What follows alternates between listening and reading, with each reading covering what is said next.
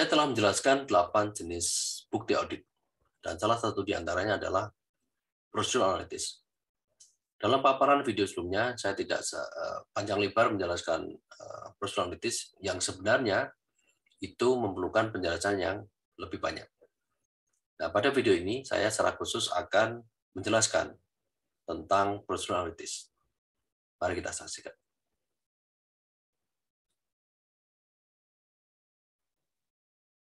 Seperti sering saya singgung sebelumnya, procedural analysis adalah salah satu bukti audit yang sering digunakan dalam setiap tahapan audit, mulai perencanaan, pengujian, sampai dengan penyelesaian.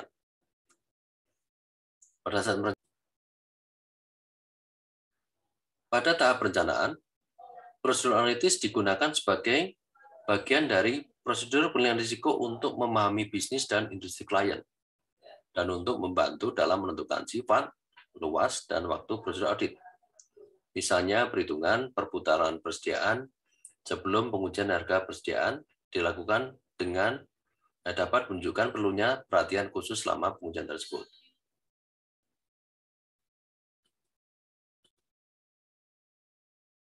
Pada saat pengujian, prosedural analysis digunakan sebagai pengujian pada saat pengujian substantif ya, untuk mendukung saldo akun. Prosedural analysis substantif ini sering dilakukan bersamaan dengan prosedur audit lainnya. Misalnya, bagian prabayar dari setiap jenis polis asuransi dapat dibandingkan dengan polis yang sama untuk tahun sebelumnya sebagai bagian dari pengujian asuransi dibayar di muka. Nah, yang terakhir, pada saat penyelesaian, prosedur analitis digunakan sebagai tinjauan akhir untuk salah satu material atau masalah keuangan dan membantu auditor mengambil pandangan objektif pada saat akhir atas laporan keuangan yang telah diaudit. Dan ini biasanya mitra senior ya, dengan pengetahuan yang luas tentang bisnis klien melakukan prosedur analitis sebagai tinjauan akhir file audit dan laporan keuangan untuk mengidentifikasi kemungkinan kelalaian dalam audit. Jadi ini menjelaskan ya kapan saja prosedur analitis itu digunakan sepanjang audit dilakukan. Nah, jenis prosedur analitis ada 4 ya. Yang pertama berkaitan dengan industri data industri. Kemudian berkaitan dengan similar prior period data atau data yang sama untuk periode sebelumnya. Yang ketiga berkaitan dengan hasil-hasil yang diharapkan oleh klien. Dan yang keempat, hasil-hasil yang diharapkan oleh auditor.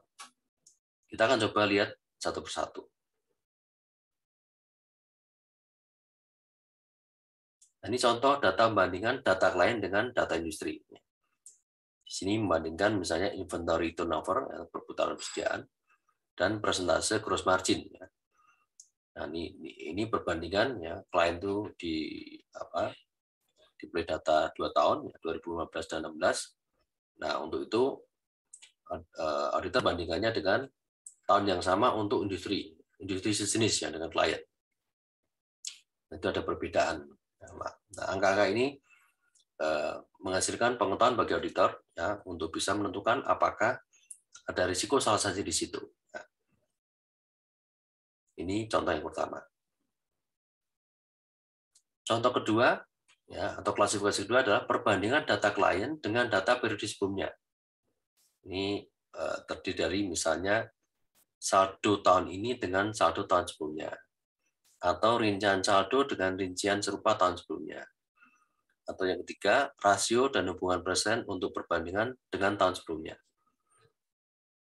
Nah, ini contoh ya, ada tabel menunjukkan contoh rasio atau pembandingan dan kemungkinan salah satu yang bisa diprediksi atau mungkin diketahui dari pembandingan itu. Sebagai contoh di sini, misalnya di baris pertama itu ada perbandingan ya,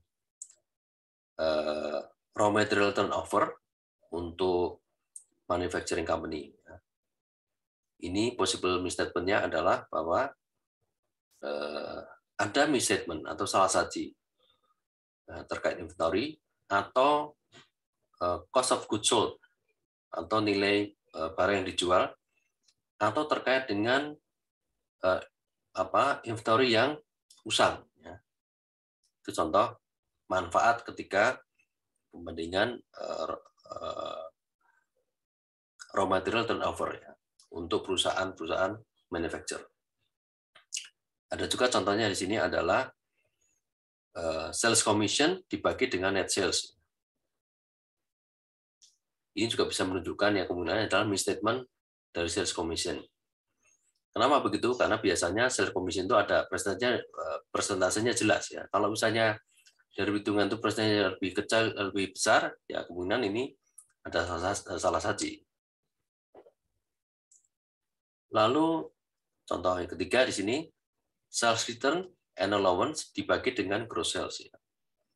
Risiko salah saji yang mungkin diidentifikasi misalnya misklasifikasi sales return dan allowance ya, atau return dan allowance ya sebelumnya yang belum tercatat ya, begitu. Begitu juga dengan yang lain. Nanti Anda bisa pelajari di buku RUC. Jadi ini adalah contoh jenis kedua ya, perbandingan data klien dengan data periode sebelumnya. Contoh untuk prosedur analitis yang ketiga ya, ini adalah perbandingan data klien dengan hasil yang diharapkan ya, oleh klien. Ya. Nah, sebagian besar perusahaan menyiapkan anggaran untuk aspek operasi dan hasil keuangan mereka.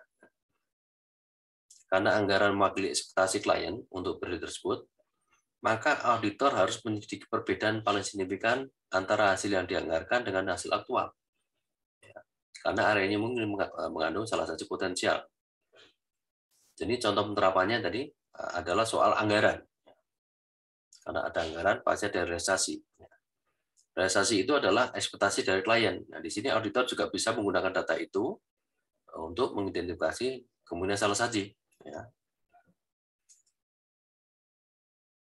Tidak adanya perbedaan dapat mengindikasikan bahwa salah saji tidak mungkin terjadi. Nah, contoh yang sering contoh penerapan prosedur analitis ini biasanya terjadi di audit pemerintah daerah lah ya, di audit Indonesia pemerintah daerah, audit sektor publik ya. Kenapa? Karena di sana auditor akan membandingkan ya antara anggaran dan realisasi pendapatan dan belanja daerah. Dan juga anggaran realisasi untuk APBN, begitu.